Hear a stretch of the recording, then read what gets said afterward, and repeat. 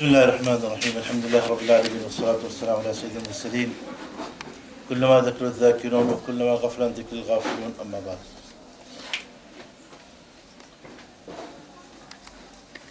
मेरी प्यारी बच्चियों और बहनों,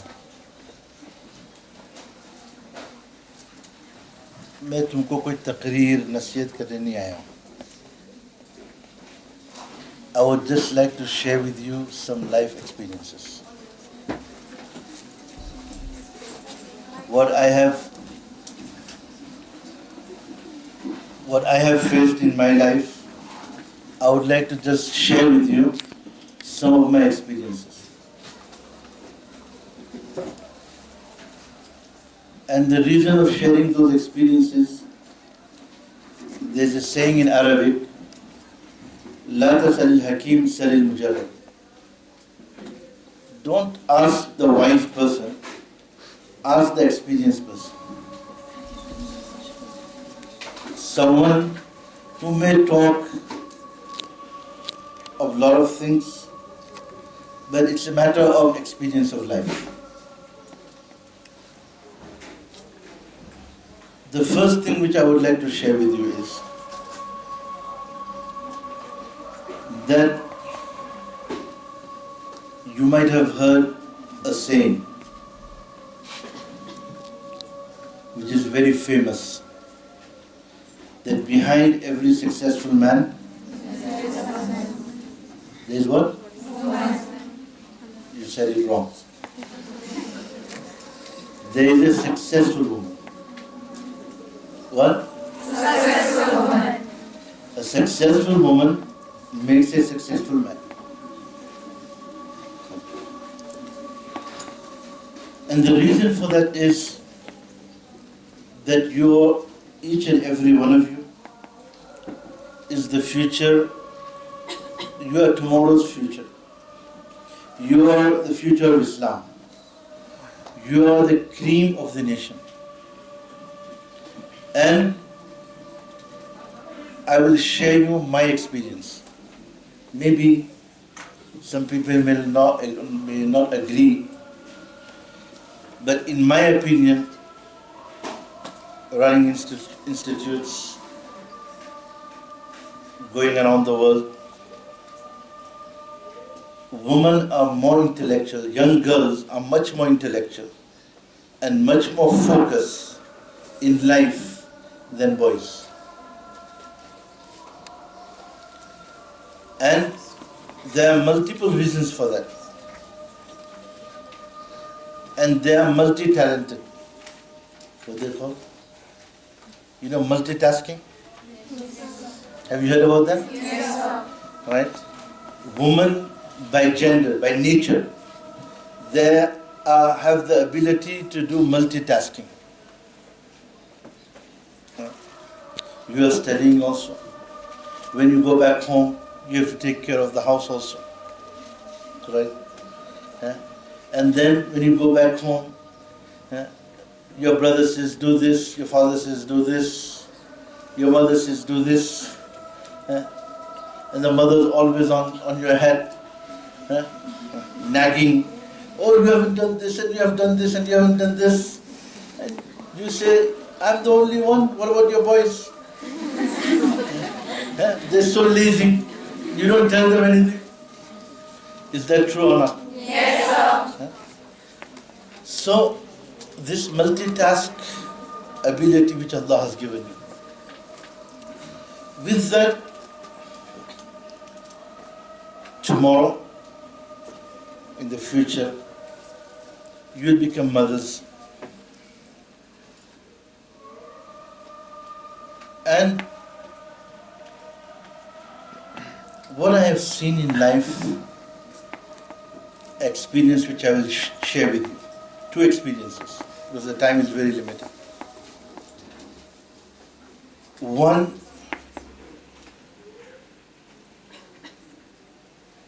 as you know that UK or United States, these are places where people come for vacation, right? One family came to the US for vacation. Husband, wife, 17-year-old daughter, and an 11-year-old son. They all came for vacation. They had come, they went to New York, they went to multiple cities. They came to my city also. When they came, the first day they arrived, it was 7 o'clock in the evening. And the next day they wanted to go to all the tourist places where generally tourists go. And their young daughter, 17-year-old, she was basically online buying the tickets and doing everything. Suddenly, about 12 o'clock at night, 12:30, she had a brain hemorrhage. They were staying in a resort. Next to the resort, there was a hospital. And she was admitted in that hospital. I was traveling. If I remember, I was in Toronto, Canada. A friend of mine, when someone gets sick, right? What do we people do? Call some Maulana, call some Imam Sahib, call someone, please pray for him. Right? That's what we do? Yes. So, this person, he told someone that I need to speak to someone. So, he called me, I said, I'll be back tonight. We'll go and see them. We went to see them. We comforted the parents. And we said, while you're here, you're our guest, we'll take care of all the responsibilities. The chief director of the hospital is a very close friend of mine. I spoke to him. I said, look, these people are travelers. Give them whatever assistance we can give. The neurosurgeon, the neurologist, they're all very close friends of mine. And I talked to them and I said, please, let's see what we can do for her. After doing everything, she was still in coma. All the tests, everything. 29 days passed. How many? 29 days. No recovery. On the life support machine and no recovery. I was coming back from, there's a country in South America which is called Panama. I was coming from there and this person called me, he says, this family wants to talk to you. The hospital, all the doctors have said, we cannot do anything. That's it. And we'd recommend that you take your daughter off the life support machine. The people of the masjid have come and they said, we'll make all the arrangements for the funeral and the burial. Now, when I went in the evening, the mother, the father, they told me, what should we do? What should we do? So I said that Allah subhanahu wa ta'ala, because He has made you parents, He has empowered you with the strength of dua. With what? Dua. And there is a hadith of Rasulullah sallallahu alaihi wasallam, where Rasulullah sallallahu alaihi wasallam says, "La yaruddu al-qadr illa ad-dua." There's only one thing we can change destiny, and that is dua. I asked the father, "What do you think?" He started crying. He says, "I have only one daughter, and she's everything for me." I asked the mother. She was so much in pain and crying, she could not even talk to me. So I said, look, tonight you pray, we'll also pray. Allah will listen to your prayers. Have full, firm yaqeen, firm trust on Allah. Put your full trust, and this is your last hope. There is Rasulullah sallallahu alaihi wasallam. He used to make a dua when he used to say, Ya Hayyu Ya Qayyum bi rahmatika astaghis. I said, you do this and you make dua. The next morning, I was flying out somewhere. and I got multiple messages. When I landed, when I opened my phone, I saw multiple messages. I was worried. And it was from the father. And he said that after 30 days, my daughter has opened her eyes. After how many days? How many days? 30 days. And she is speaking. All the doctors, the whole medical system, they are surprised and they are confused that how come this happened. Medically, there is no way. This is, Allah has empowered your parents, your mother, especially the mother, which you don't get along with. Yeah? Yeah? Mothers are very possessive. Yeah? And they're very bossy. Yes or no? Yes, sir. Yeah? Yeah? But because they love you so much and they care for you so much, yeah? They'll check your phone, they'll check your mail, they'll come and see in your room. Is she on the Facebook? Is she chatting? When you go home and when you do maybe praying or doing something, she'll open your school bag, check everything. Yeah? And when you're at school, she'll go over all your drawers and all your clothes and everything. Does it happen? No? Huh? It does happen. Some mothers are like that. Some are very passive. Okay, it's fine. It's their life. Let them live their life. But some, they want that, no, my daughter should be Miss Perfect. What? Miss Perfect. Huh? And not in front of you, behind you, they say, oh, my daughter is like this, and my daughter is like this, and my daughter is like this, and my daughter like this. But in front of you, oh, you are like this, and you are like this, and you are like this. So that's their nature. Right?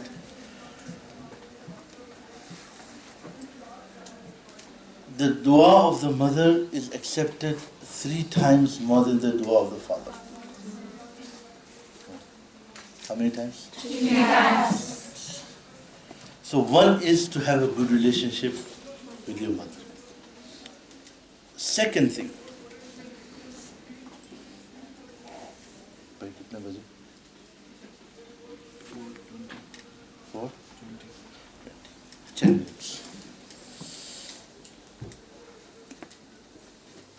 I was traveling once because I travel a lot, so I would like to always share my experiences of travel. Have you heard the name of a country called Venezuela? Yes, sir. Germany? Yes, sir. Manchester, UK? Yes, sir. Brazil? Yes, sir. I had to go to Venezuela. From Venezuela, I was flying with my wife to Frankfurt to Manchester. During this, you can see my size, right? And this is the result of when you have your best friends who are doctors. Best friends, right? Huh? And when they misdiagnose you with something. I was sick last year around this time in January. And they kept me in hospital for 2 weeks. And every doctor goes, the chief of staff is my friend. Most of the doctors are my very close friends. So every doctor goes to the nurse, look, you have to do this. The cardiologist comes, he says his version. The internal medicine comes, he gives his version. The dermatologist comes, he gives his version. And then the infection disease doctor comes, he gives his version. And they were running test after test, and they don't know what's going on. And they're telling me, and I was in pain and suffering. And they're just giving me steroids after steroids after steroids. So, in short, so most of the time, majority of the time when I have very long flights, most of my flights, we go in business class. So I was traveling in business class from Venezuela to Frankfurt. It was me, my wife.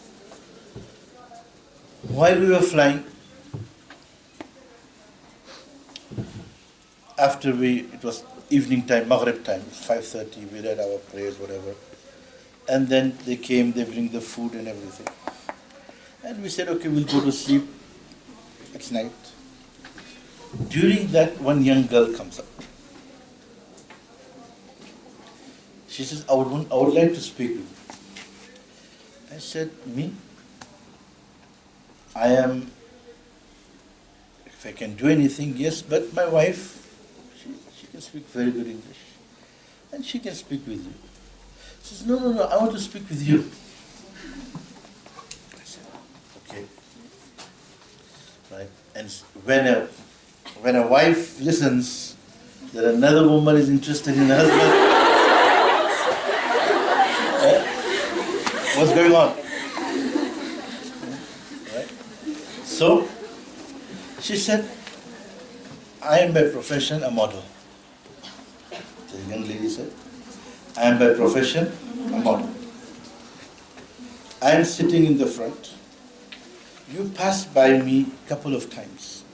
You did not pay any attention to me. Is there anything wrong inside me? I don't look good. Am I not dressed well? Is my makeup not good? Is my perfume not good?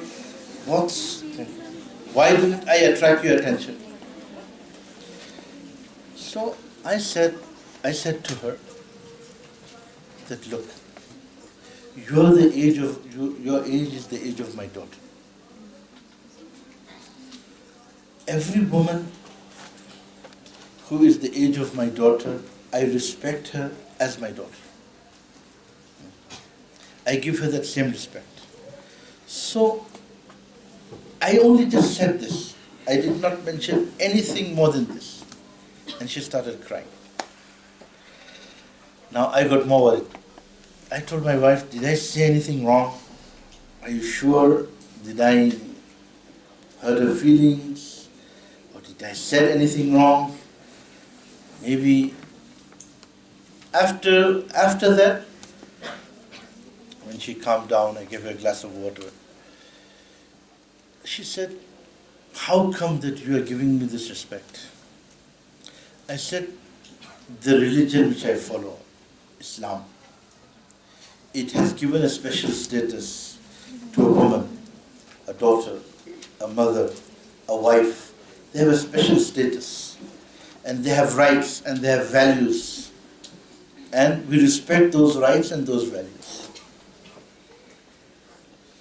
She said, I wish I was brought up in such a household.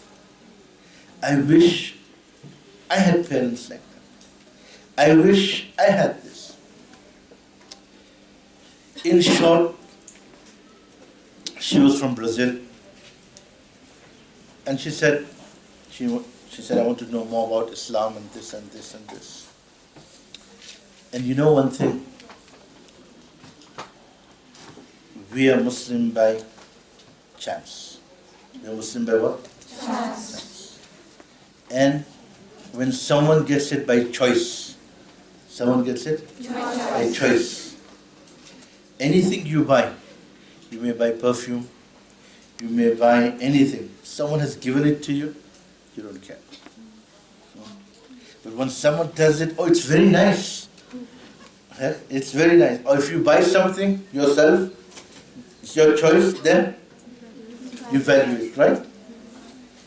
When someone gets Islam by choice, they appreciate it so much. They value it so much. And this young girl, she wrote me multiple emails that I have multi-million-dollar contracts with modeling companies, with these designer companies, with this company, with this company, with this company. I have become a Muslim. I have not told my family yet. I have these contracts. and all this. I fear that I have to die one day. What will happen to me in my life hereafter? And all these things. And when I read her emails, you know, most of my emails that my daughter prints them out for me when I'm away. So, because every day my email gets deleted because of the multiple emails I get. So it's printed out, kept in one place. So she printed out, she said that so many people send you emails, they talk to you, they send you messages. The fear of Allah and the fear of death is in this girl. I have never seen it in anyone. My humble request to you is, show everyone love, be kind to everyone, be nice to everyone. And remember, I told you in the beginning, behind every successful man, who is it? Successful woman. I hope and I pray that each and every one of you will become successful in your life. And our humble request is that you pray for us and we will pray for you. You'll do that, inshallah? I think so. Our time is up. We have to go. So please make dua for us and we'll make dua for you. اللهم صل على سيدنا محمد وعلى آله وسلم كثيرا كثيرا. ربنا آتنا في الدنيا حسنة وفي الآخرة حسنة وقنا عذاب النار. ربنا لا تزغ قلوبنا بعد إذ هديتنا وهب لنا من لدنك رحمة إنك أنت الوهاب. ربنا إنك جامع الناس ليوم لا ريب فيه إن الله لا يخلف الميعاد. رب اغفر وارحم وتجاوز عما تعلم إنك أنت العز الأكرم. اے مولا کریم تو ہمارے امت کے گناہوں کو مذہب تو فضل سے معاف فرما. اے مولا ہم گنہگار ہے، خطاوار ہے، سیاہکار ہے، سزاوار ہے، لیکن اے مولا جیسے بھی تیرے بندے ہیں اور تیرے پیارے نبی علیہ السلام کی امتی ہے، اے اللہ تو ہم سب کو معاف فرما. اے مولا ہم اپنی طرف سے اور پوری امت کی طرف سے توبہ کرتے ہیں، ہماری توبہ کو قبول فرما. اے مولا کریم ہم سب کو اپنے ذات عالی کا تعلق نصیب فرما. اے مولا ہماری یہ بچیاں جو پڑھ رہی ہے، اے مولا تو ان کو اپنی پڑھائی کے اندر کامیاب فرما. اے مولا ان کی دنیا آخرت کی ہر قسم کی خوشی مقدر فرما اور ہر قسم کی راحت اور سہولت ان کے لیے مقدر فرما اور زندگی کے ہر قدم پر ان کی رہبری فرما اور ان کے لیے ہر قسم کی خیر مقدر فرما. اے مولا کریم ہم میں سے جن کے والدین زندہ ہیں ان کی خدمت کر کے جنت الفردوس حاصل کرنے کی توفیق عطا فرما. جن کے والدین اس دنیا سے جا چکے ہیں ان کی مغفرت فرما. اے مولا ہم میں جو بیمار ہیں ان کو شفا کاملہ عاجلہ دائمہ عطا فرما. اور اے مولا کریم جناب رسول اللہ صلی اللہ علیہ وسلم جتنی خیر کی دعائیں مانگی ہم سب کو نصیب فرما اور جتنے شرور سے پناہ مانگی ان تمام شرور سے ہماری حفاظت فرما. سبحان ربک رب العزة عما یصفون وسلام علی المرسلین والحمد للہ.